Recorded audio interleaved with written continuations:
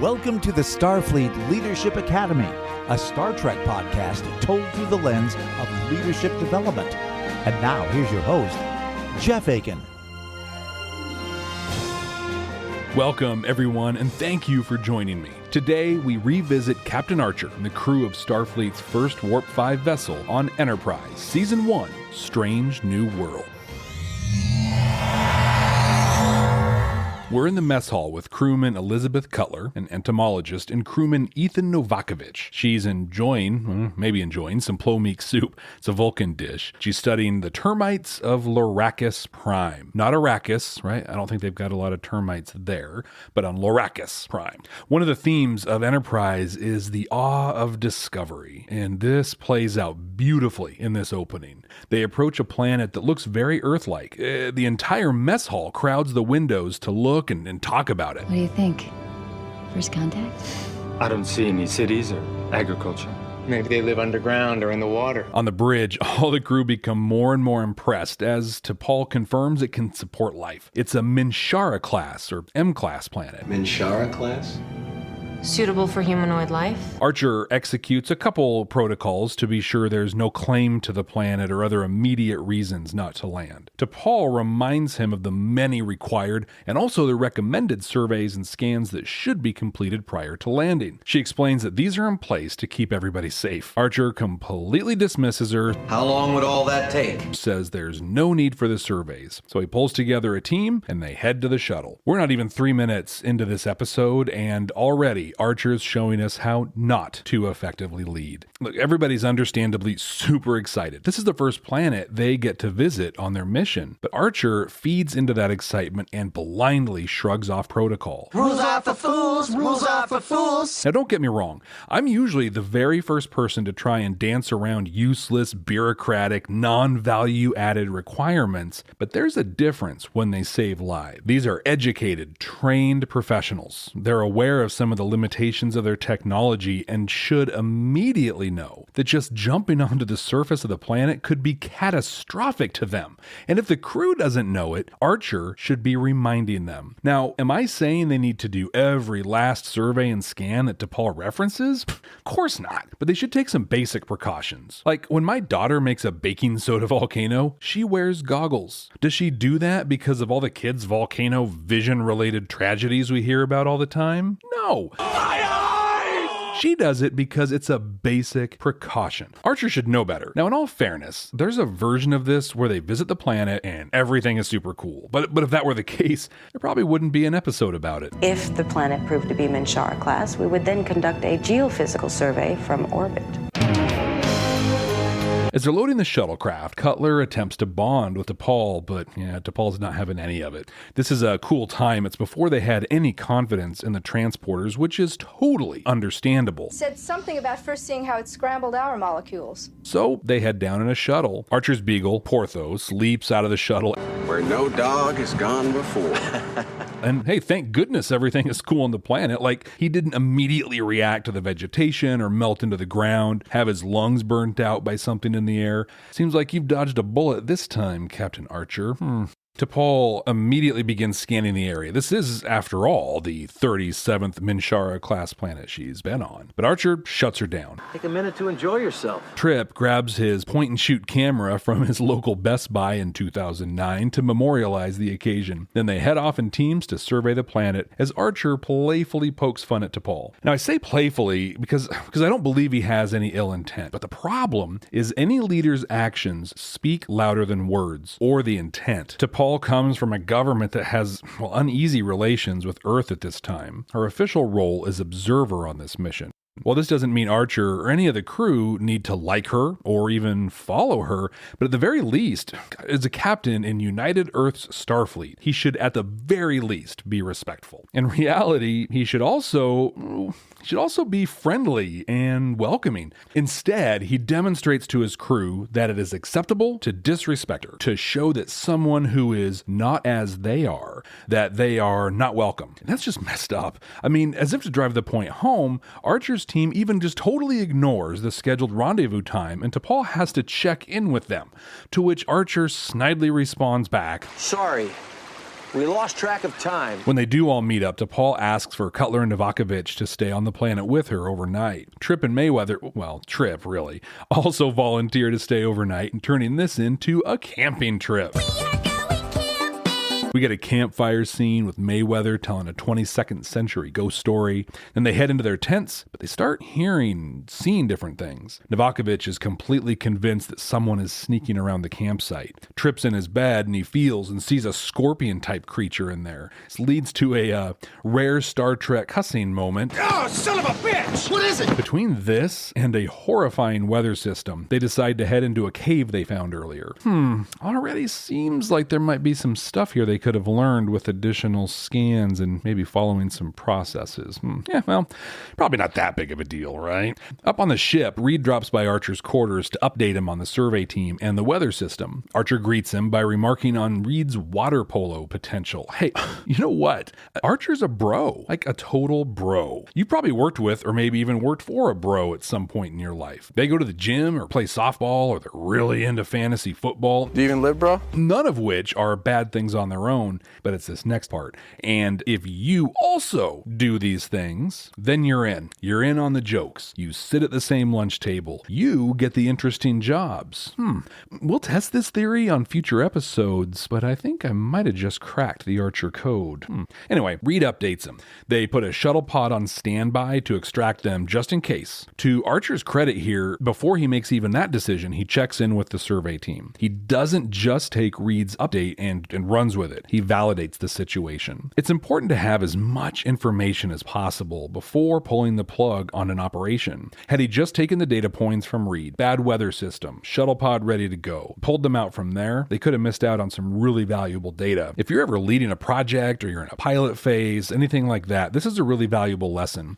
Don't just go off of a few data points. Get context. Check in with the people actually doing the work. We talked about this back in the 4th episode of the Starfleet Leadership Academy when Sisko was doing a Gemba walk on the promenade of DS9. On a Gemba walk, you go to where the work is happening. You talk to the people doing the work. This isn't circumventing project leads or other managers. In fact, take them with you. The best way to get the information, data, and context necessary to move forward is to check in with the people doing the thing. Check in with them, consider all the data presented to you, and proceed from there. Back on the planet's surface, Mayweather heads back to the campsite to pick up some supplies that were left there. He sees a small group of people shuffling back into the trees and assumes that Trip and Novakovich came following. But when he learns that no one left the cave, the paranoia starts bubbling up. T'Pol confirms that scans show no humanoid life, and while Travis is questioning her assessment, Novakovich hears noises further back in the cave. He gets right into T'Pol's face, and he also challenges her interpretation of the readings. In an example of one of my biggest complaints or pet peeves with Star Trek, Novakovich immediately panics and runs out of the cave. Now, Starfleet is not a military organization. They say that frequently through the franchise, but they are clearly paramilitary, and they go through rigorous training before ever serving on a starship. This is called out later in the episode, but they run drills on these exact situations. And what is likely when a crewman Novakovich's first experiences in the field, it's understandable he'd get really nervous and that he'd even make some mistakes. What isn't reasonable, at least to me, is that he would immediately forget all of his training in an instant and behave like a civilian that had never been prepared for a situation like this. Travis and Trip head out after him, and T'Pol goes deeper into the cave to confront whatever or whomever Novakovich heard back there. Cutler follows and sees her talking to someone, but T'Pol claims no one was there. While outside the cave, Trip sees a humanoid creature appear from out of a rock. Travis guesses that rock-based life forms wouldn't have shown up on their scanners. Now I see why you picked this camp. They decide it's too dangerous out there. They return to the cave. They report the new info to Archer, who decides to send the shuttle for him. T'Pol disagrees with Trip and claims that the rocks are just rocks. The paranoia starts really kicking in as Cutler claims that T'Pol's lying, and Trip jumps right on it and starts laying into her.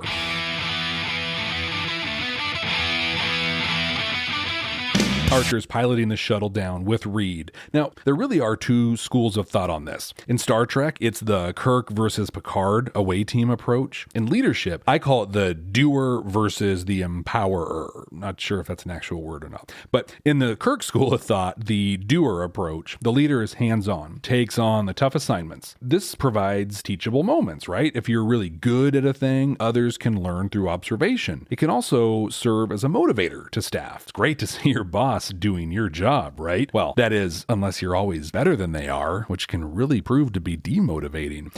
I'd say it can be. It might not, but it certainly can. The Picard approach, or the empowerer school of thought, leans on the strengths of others. Allow them to take on the tough assignments. Will they do as well as you would? Maybe, maybe not, but they will learn from it. It can also demonstrate trust, which is absolutely invaluable. To be perfectly clear here, while I personally have an empowerer bias, neither of these are right or wrong. They're just different schools of thought and different approaches to leading. Archer and Reed try to get the shuttle down, but between the weather system and the damage to the thrusters, Reed warns it's just not possible. Archer considers this and decides to listen. They abort the landing attempt and head back to the Enterprise. His advice to the survey team? Try to manage till then. Gee, thanks, Cap. Trip immediately starts interrogating T'Pol. He's becoming more and more convinced that T'Pol is not only aware of the Rock people, but that she's collaborating with them. Cutler eggs him on. It could be a trap, Commander. On the Enterprise, they've located Novakovich on the surface. They beam him up. And again, these are the early days of transporters, so he ends up coming up with vegetation and debris infused with his skin. He gets rushed to sickbay. Phlox detects a psychotropic compound when the truth is found in his blood as he deals with the transporter damage. Reed guesses it wouldn't have been detected by sensors until the wind had picked up.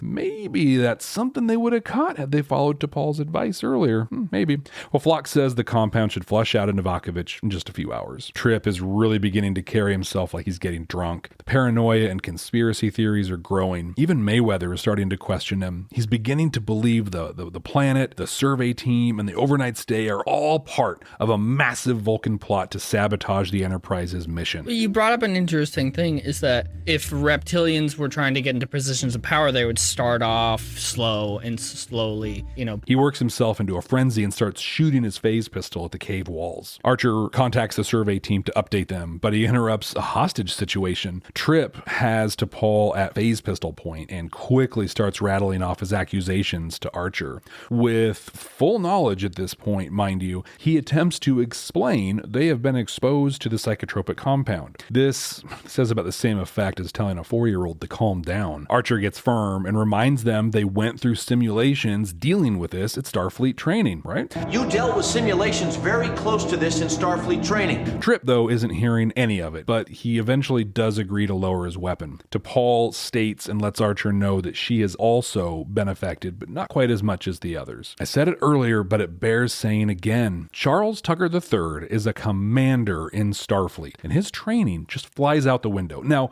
look, the compound is super intense, but this continuing theme in Star Trek, it's just bothersome to me. And maybe it's just a pet peeve thing for me, but this is a really good example of watching training fly out the window. Things start really heating up in the cave. T'Pol now is only speaking in Vulcan, and Trip is talking to a Mr. Velik, assuming that's someone from his past he has a lot of respect for. What is going on here? Reed, back on the Enterprise, has determined the next available window they'll be able to land the shuttle in will be in 9 hours. Phlox calls Archer into sickbay. Novakovich is dying. The psychotropic compound released an undetectable toxin, and it's fatal. Phlox is absolutely devastated. He has a hard time talking. He's just so upset. He's questioning all of his choices. If I'd run a submolecular scan, I might have anticipated the complication, but there was no reason to.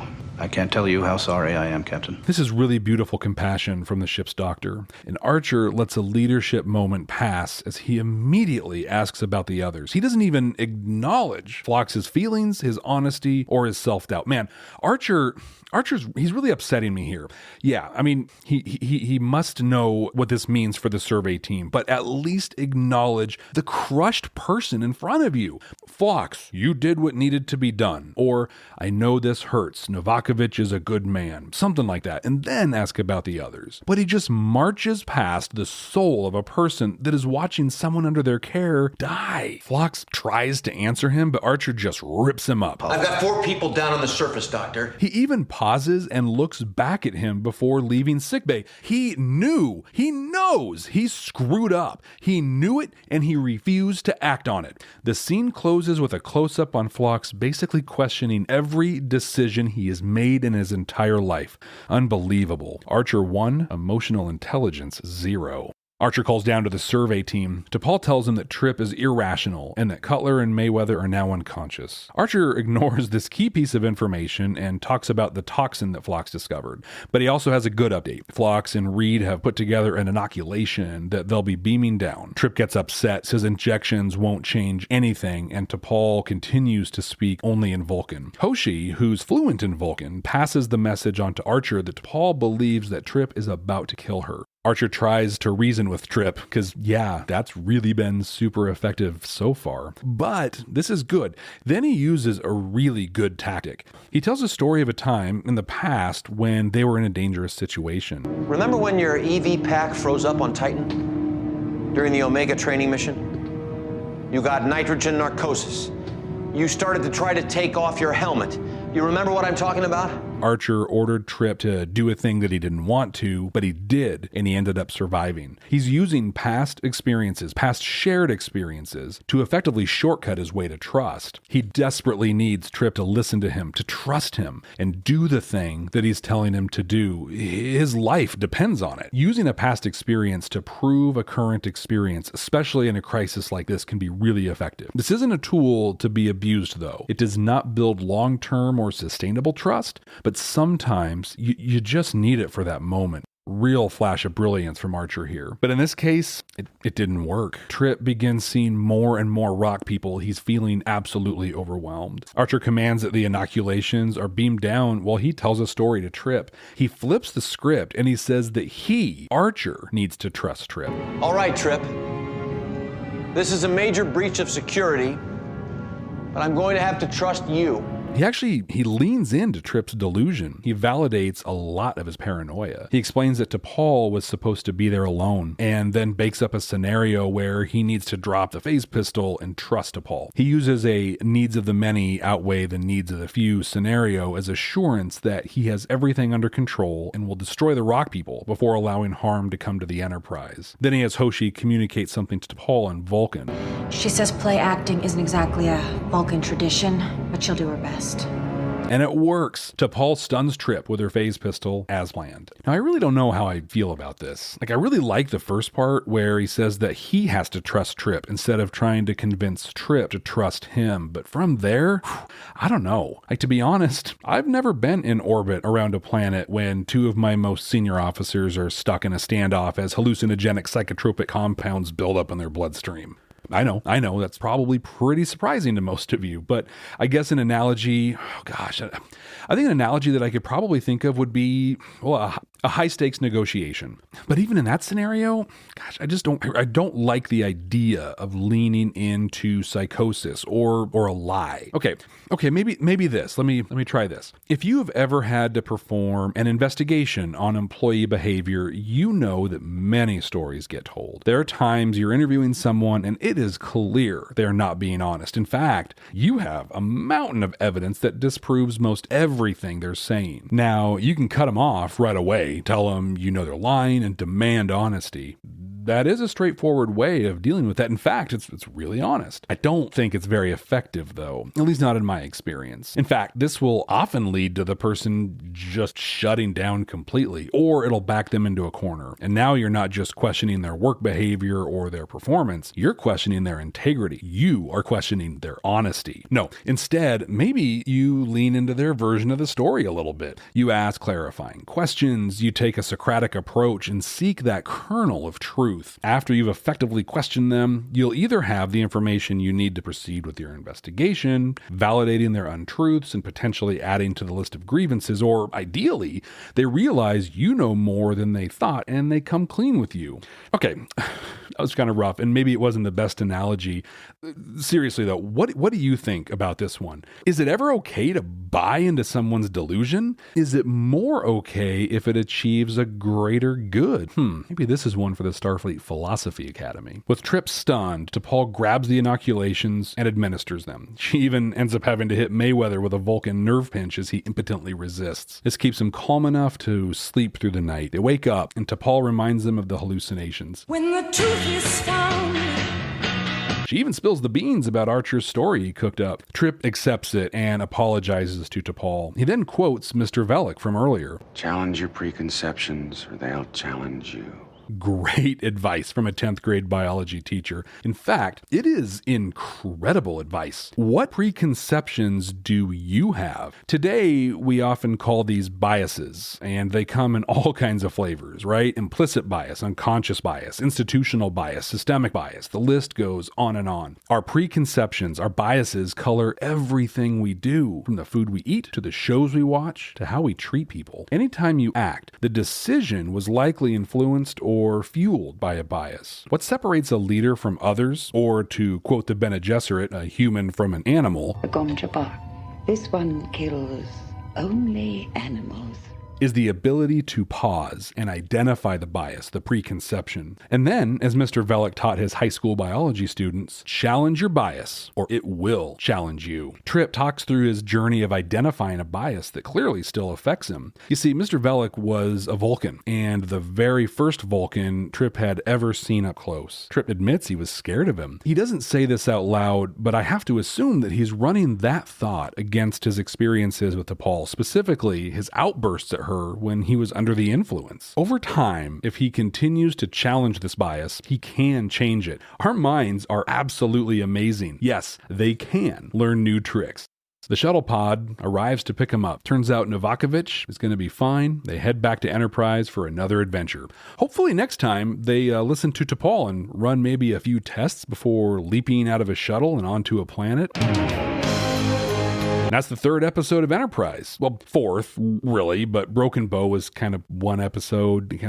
Anyway, I digress. So part of my process in preparing for this podcast is to watch the episode at least twice. Once just to watch it, and the second time to take notes. I didn't immediately remember this episode when I first watched it, and as it progressed, I was like, oh, please do not be a drugged and paranoid episode. And well, that's what it was. But it was really okay for what it was. What I really liked about this episode was the character development. I have a growing fondness for Phlox. What a great and personifying moment for him in this episode. Through all of television, but specifically Star Trek, we're pretty numb to the lesser known characters dying off. I mean, there are two entire sections of popular culture dedicated to that. And not just like Trek culture, but all of pop culture. Everybody knows what a red shirt is. In fact, Pages even auto-corrected that spelling for me. And of course, he's dead, Jim. But Phlox was visibly devastated by even the possibility of losing a patient. It was really refreshing. We get to meet crewman Cutler. We learn there's more to Malcolm Reed than just shooting stuff. And we get some history on Trip. And we really uncover more of the friction and hostility between humans and Vulcans. This was a good character and world building episode. Command codes verified. Oof. Okay. Let's get the good stuff out of the way first. And we're going to look at both T'Pol and Trip in addition to Archer here. First, T'Pol. She's not necessarily sitting in a leadership role at this point in the series. She's playing more of your business or policy analyst. Captain, the rulebook says, that kind of stuff. And yeah, that can really be annoying, but it's honestly necessary. We all just watched an entire episode that wouldn't have even existed if Archer had just listened to her and run the tests and sensor sweeps she reminded him that protocol called for. I mean, people almost died, and all of that could have been avoided if the leader would have just listened to their wonk. And a wonk is someone who's hardworking and studious. Trip teaches a subtle but valuable lesson at the end of this episode, and his lesson is a hallmark of strong leadership. Apologize. Apologize sincerely. Accept feedback. Know you can do better. Even Archer had some good stuff in here. Let me sift through my notes really quick and see. Oh, yeah, here we go. So he consults with his team before making decisions. We talked about this with Kirk in Where No Man Has Gone Before. But in this case, Archer consults with the team on the scene. I mentioned this being similar to a Gemba walk, a tool used in Lean Six Sigma. You cannot rely on reports and data points alone to make decisions, and there's very little out there more valuable than actually watching the work be done. He also leans on his relationships. He makes attempts to connect with Reed by sharing his love of water polo, and he uses his relationship with Trip to ultimately save the day. Had anyone else been in charge at that point, it's doubtful Trip would have listened long enough to let them pull off the plan they'd come up with. And then, so much bad. In Broken Bow, I established that Archer is a micromanager. He gets aggressive with his crew and he thrusts himself into the hero role. In Strange New World, there isn't really the micromanagement, but the need to be a hero is still present and the aggression is off the charts. I mean, why not let Reed pilot the shuttle? Or in a question that applies to Kirk as much as anyone, why even go on the mission? Now, I've said it here. Now, even though I've mentioned it, I'm not going to really hold it against him in this case. In fact, I mean, even when he's doing it, he immediately responds to Reed's advice and he heads back to the ship. But his aggression, when Phlox was thinking Novakovich was about to die, Archer's behavior was inexcusable. Yes, there were 4 people, 4 crew members on the planet's surface and time was critical, but it literally would have taken 5 seconds just to acknowledge Phlox's feelings. An effective leader uses empathy when interacting with their teams. Archer utterly failed to do this, and what kills me, absolutely kills me, is that Archer knows he screwed up. Phlox is melting into the floor as Archer leaves. He pauses, he looks back, says nothing, and then leaves. I would desperately hope that someone leading humanity into the great unknown of the galaxy would at least have the emotional intelligence to own his mistake. He was understandably emotional. I would have expected him to do something, but he did nothing. And the bottom line to the entire episode, had Archer simply listened to T'Pol at the beginning, no one would have been put in harm's way. His biases, his preconceived notions and personal feelings toward one single person put 5 individuals at extreme risk. This is our second outing with Captain Archer, and both in the first season of Enterprise. So far, I am wildly unimpressed with him. He has proven himself thus far someone I would not put in a leadership position. We can hope over time that he develops, but at this point in his growth as a leader, can only hope Earth doesn't find itself the target of a vastly advanced race from an unexplored region of the galaxy. Okay, accountability time. I cannot wait to hear what you thought. Am I completely overreacting to Archer's behavior? Or do you agree with me? What do you think of my assumption of his bro mentality? You can reach me across all the social media at Jeff T. Akin, Jeff T as in Tinker, A-K-I-N. You can use the hashtag SFLA for Starfleet Leadership Academy to keep the conversation going. And hey, if you've enjoyed the Starfleet Leadership Academy, please share it with a friend or someone that you think could benefit from it. All right, now let's see what we're watching next time. Working.